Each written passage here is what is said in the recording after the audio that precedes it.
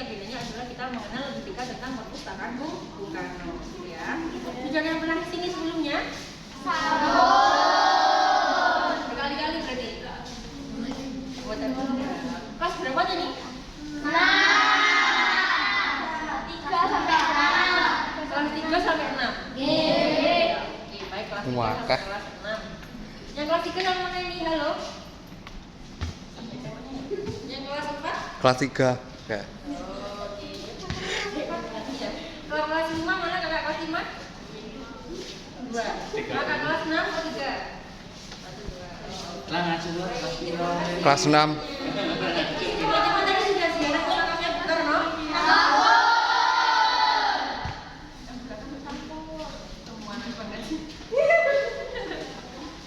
Oke, tadi udah ziarah, berarti sekarang kita tinggal belajar tentang sejarahnya Bung Karno, ya. Saat ini teman-teman sedang berada di namanya adalah Rumah Memoralia, atau mungkin teman-teman lebih mengenalnya sebagai Museum Bung Karno, gitu ya. Tapi karena kita sebenarnya adalah sebuah perpustakaan, di sini itu salah satu layanannya di perpustakaan Bung Karno. Namanya adalah layanan Memoralia. Itu dari kata memorable, yang artinya adalah pengingat atau kenangan, gitu ya. Kemudian kalau teman-teman menoleh ke sana, kita itu adalah bagiannya dari Perpustakaan Nasional Republik Indonesia. Jadi teman-teman masih berbangga dan ada warga bicara asli semuanya. Jadi di perpustakaan di Blitar itu ada Perpustakaan Nasional.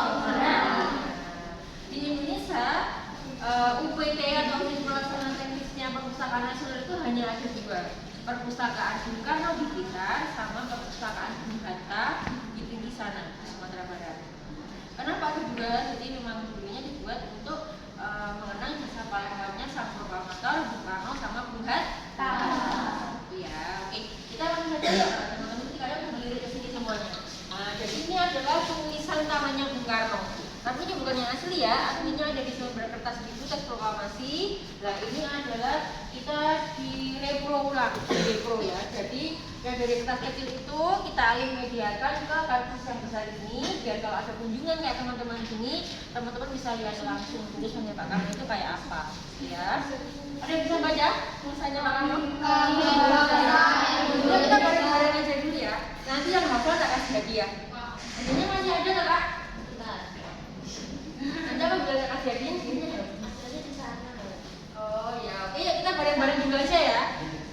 Nanti tak kasih hadiah. Yuk, proklamasi. Proklamasi. Kami bangsa Indonesia dengan ini menyatakan kemerdekaan Indonesia.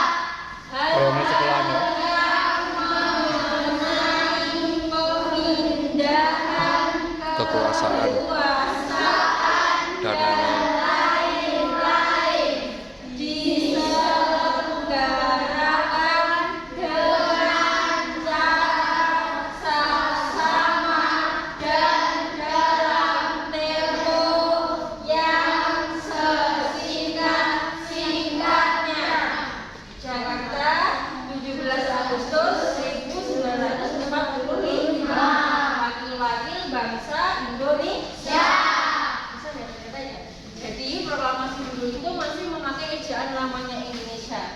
Jadi kayak ini menyatakan itu tulisannya menjatakan. Jadi dulunya itu tulisannya L sama J. Lalu yang itu tulisannya jang pakai J. Kemudian kekuasaan pakai O sama E. Terus kemudian yang ini cara itu tulisannya adalah T sama J. Mungkin kalau teman-teman masih punya nenek kakek di rumah masih kenal ejaan nama kayak gini. Tapi kalau sekarang kita sudah pakai ejaannya yang baru, ya. Kemudian di teks proklamasi kita kan merdekanya tanggal 17 Agustus 1945 ya. Tapi kenapa di sini 65 bukan 45? Itu karena kita pada waktu itu kan masih baru saja dijajah sama Belanda ya. Masih ada Belanda, Jepang. Masih ada pengaruhnya dari Jepang. Nah, pada waktu tahun 1945 Masehi itu sama dengan tahunnya Jepang tahun 2605. Makanya proklamasi itu ditulisnya 05 bukan 45 karena masih ada pengaruhnya dari Jepang, ya.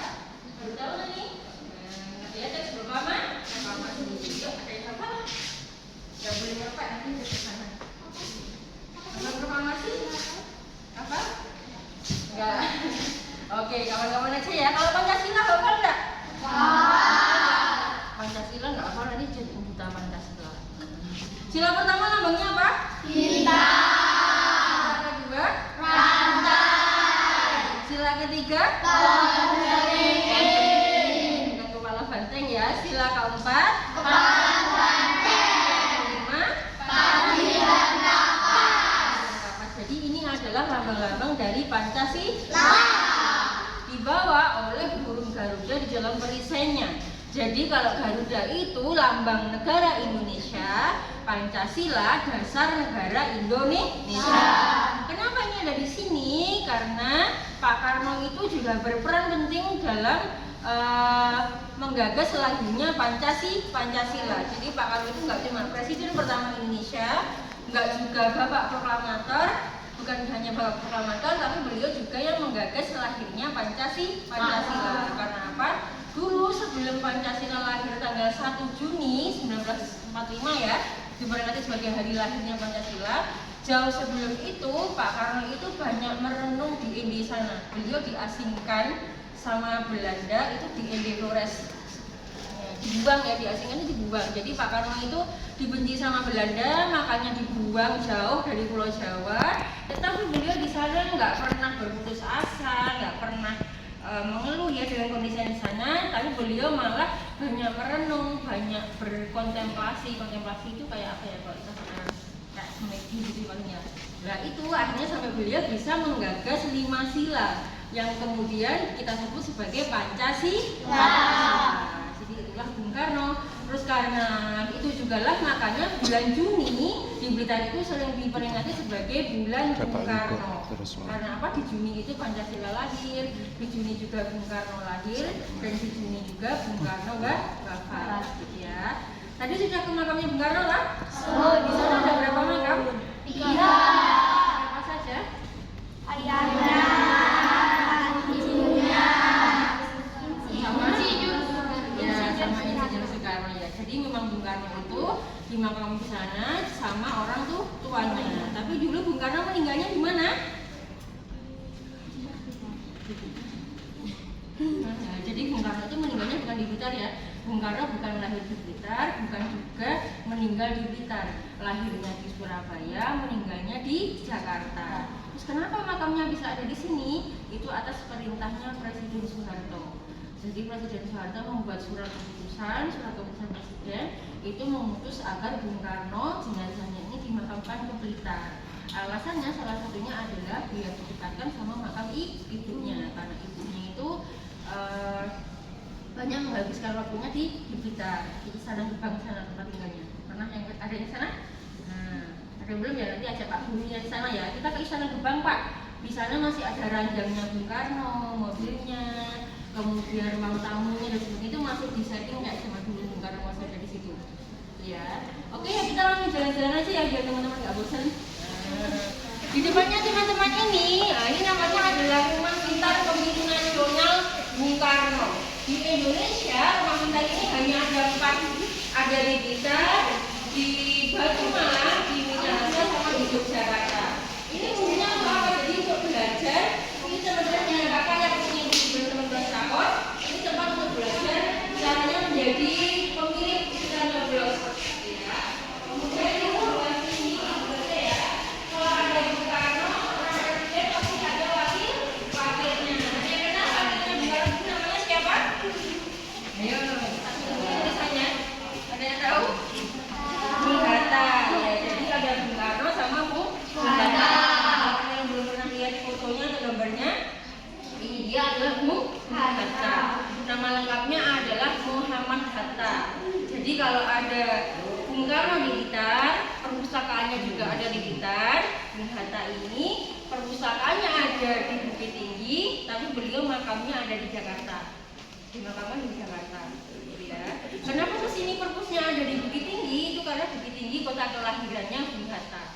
Bung Hatta itu masa kecilnya ada di Bukit Tinggi, anak Minang gitu ya. Kemudian di sebelah sini, ini ada komputer, teman-teman boleh memainkannya. Ini namanya adalah aplikasi Soekarno, dipencet-pencet aja, tapi komputer untuk berbarengan ya. Nah, kalau teman-teman mau lihat videonya Bung Karno pidato, suaranya Bung Karno waktu pidato itu belum Barang. Jadi dong, Mas masih video apa sih video? Sembarang. Ini boleh pencet aja. Ini aplikasi khusus semuanya tentang Bung Karno. Foto-foto zaman dulu, lah ini zaman dulu, zamannya Bung Karno itu ada di aplikasi di Soekarno. Dipencet aja dong.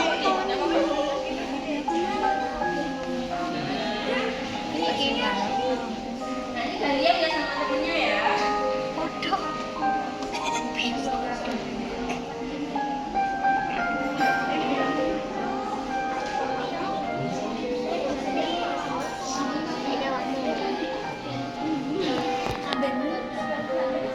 In Amsterdam bloeit deze zomer in oude grachtenpanden, in kleine winkeltjes, in terrassen en keldertjes, en gewoon in tweedehands kleding.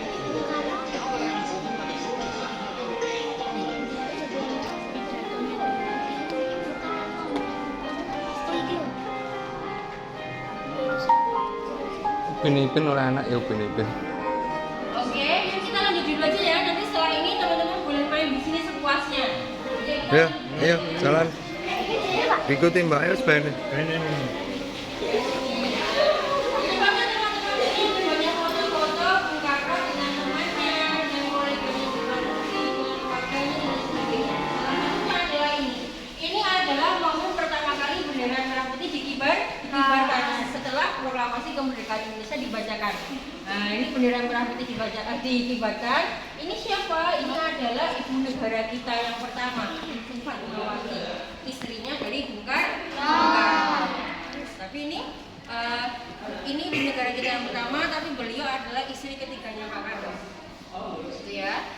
Nah, nama aslinya adalah Siti Fatimah. Fatmawati itu adalah nama kesayangan yang diberikan Pak Karno sama Ibu Siti Fatimah. Dipanggillah Ibu Fatmawati. Ini adalah ibu dari, kenal Ibu Megawati? Nah, presiden kita yang ke? Perhatikan kan. Kelima. Itu adalah ibunya. Ini ibunya Ibu Megawati. Ada Pak Bungko Soekarno Putra, Pak Guntur Soekarno Putra, Ibu Rahmawati Soekarno Putri, sama Ibu Sukmawati Soekarno Putri. Itu semuanya saudaranya Bu Mega. Itu anak-anaknya Ibu Fatmawati dengan Bung Karno. Ya, yuk kita jalan lagi yuk. Udah capek? Habis ini nanti duduk ya, kita lihat film. Ini lah, ini yang bentuk kecilnya. Ini proklamasi bentuk kecilnya. Kenapa tulisannya berbeda-beda gini ya? Jadi dulu kertasnya asli teks proklamasi itu sekarang disimpan di Arsip Nasional Republik Indonesia ya. Itu kertasnya kecil. Nah, kemudian karena nggak cukup, Pak Karno nulisnya sampai kotak-kotak gini. Mantap. Ya kayak gini. Terus ini teks proklamasi yang diketik pertama kali oleh Sayuti Malik. Nah, ini yang mengetik teks proklamasi pertama kali. Pernah dengar kan? Nah, ini diketik sama Sayuti Malik. Kemudian ya kita ke sebelah sana. Nah, kenapa di sini ada rumah? Jadi ini adalah rumah yang dulu pernah ditempati sama Pak Karno. Boleh dipegang, boleh difoto, tapi jangan didorong ya. Jadi dulu Pak Karno tinggal di rumah-rumah ini dalam kondisi beliau dibuang sama penjajah. Jadi yang tadi saya katakan di Ende, ini Bung Karno itu dibuang di Ende. Nah, sampai sekarang rumahnya pun bentuknya persis kayak gini. Semuanya masih terawat dengan baik, dirawat sebagai warisan budayanya Indonesia. Sampai saat ini pun pohon sukun ini masih ada, ini pohon sukun ya. Jadi Pak Karno dulu itu sering merenungnya di bawah pohon sukun ini. Nah, konon katanya pohon sukun ini mau ditebang berapa kali pun itu cabangnya tetap 5. Simbol dari Pancasila, 5 sila. Ini kalau teman-teman boleh ngintip ya, itu cabang besarnya itu 5. Gitu. Pohonnya sampai sekarang di Indi masih ada. Ini kita lihat lagi ya. Dari tadi ini Ibu Fatmawati. Ini istrinya Presiden Soekarno. Yang di belakangnya ini juga istrinya Pak Karno. Ini istrinya beliau yang pertama.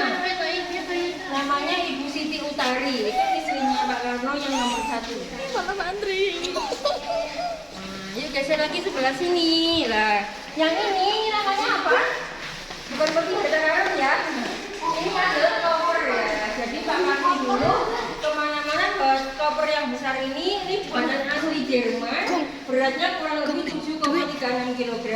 Nah, karena Pak Karno dulu itu hiburannya dari kecil buku. Jadi kemana-mana Pak Karno selain bawa baju juga bawa buku. Karena Pak Karno suka membaca. Kemudian di sebelah sana, nah ini ada uang Indonesia zaman dulu. Uangnya seri Soekarno tahun 64. Ini uangnya unik. Kalau teman-teman lihat ujungnya agak melengkung ya itu ya. Ini biasanya kita buka hanya untuk kalau ada pejabat-pejabat kesini. Ini uangnya sensitif sama suhu tubuh. Kalau dipegang gini, semakin orangnya hangat, itu uangnya semakin cepat menggulung sendiri. Ya itu lihat aja nih, ujungnya agak melengkung kan? Nah ini uangnya pernah menggulung sendiri. Nah itu uang seri Soekarno. Nah yang ini uang baru. Kemudian ini kenapa ada gong di sini? Jadi ini gongnya punya namanya gong Kiai Jimat. Pak Karno dulu kan suka nonton wayang ya. Nah ini gong yang dipakai buat pementasan wayangnya kalau beliau datang ke Blitar. Kemudian di sebelah sini ada keris. Nah ini kerisnya juga punya namanya keris Kiai Sekar Jagad. Ini setiap bulan Suro juga dimandikan kerisnya. Itu keris pusakanya Bung Karno. Di sebelah sini, lah ini ada perangkonya asli emas, dibuat untuk memperingati 100 tahunnya Pak Karno pada tahun 2001. Ini jadi kalau zaman dulu kan kita belum ada HP ya. Kalau mau berkomunikasi harus lewat surat. Nah, surat itu harus ditampili perangko ya. Ini perangkonya emas. Kemudian sebelah sini, lah ini miniaturnya perpustakaan Bung Karno Blitar. Salah satu bangunan yang unik di Blitar ya. Jadi bentuknya itu unik kotak-kotak. Saat ini teman-teman sedang berada di gedung A ini, di dalamnya sini sebelah barat. Tadi kan teman-teman masuknya dari sini ya. Nah dari sini masuk sini. Lah kenapa di sini banyak tiang-tiang besar itu? Tiangnya itu semuanya punya makna.